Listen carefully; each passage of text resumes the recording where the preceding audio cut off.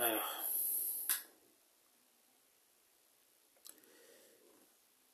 bonjour, j'espère que vous allez bien. Moi ça va. Ici je fais en fait la suite de ma précédente vidéo où je parlais en fait du choix de l'Afrique.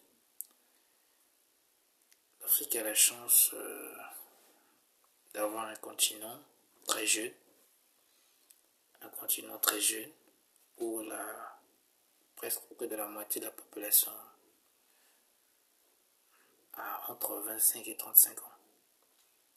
C'est un continent très dynamique qui dans 10, 20, 30 ans connaîtra une véritable croissance économique et un essor de développement. Mais plusieurs paramètres doivent être pris en compte pour que ce développement se réalise sur le plan continental. Aujourd'hui, nous assistons à l'influence, selon les relations internationales, de la Chine et des autres pays asiatiques, des pays dits des petits dragons, Singapour, Corée du Sud et autres. Et la probable vieillissement de la population européenne qui d'ici 20-30 ans va connaître une démographie très basse. Les enjeux sont donc des tailles pour l'Afrique, pour penser à son développement, investir sur les ressources humaines que nous avons, investir dans les relations interétatiques entre les différents partenaires, mais surtout les partenaires africains. Ce que le Maroc peut apporter à l'Afrique, ce que l'Afrique du Sud peut apporter à l'Afrique, ce que la Tunisie et l'Algérie peut apporter à l'Afrique est bénéfique pour tous les Africains.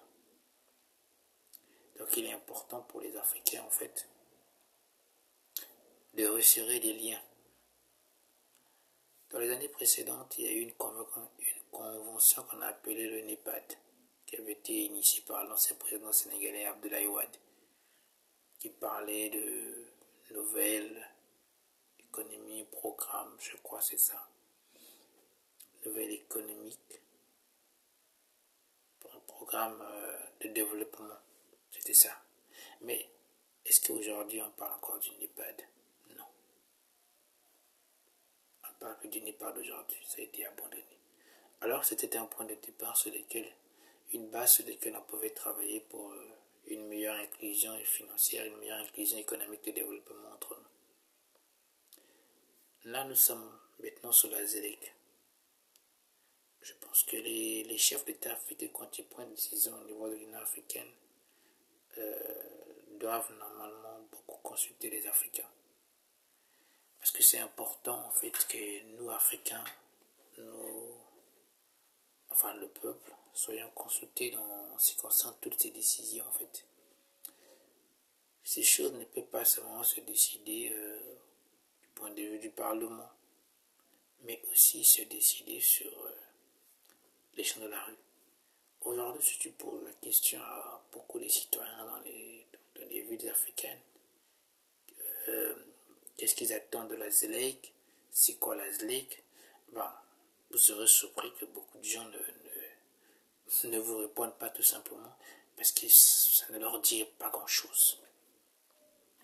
C'est déjà un problème, on a un problème d'information en fait.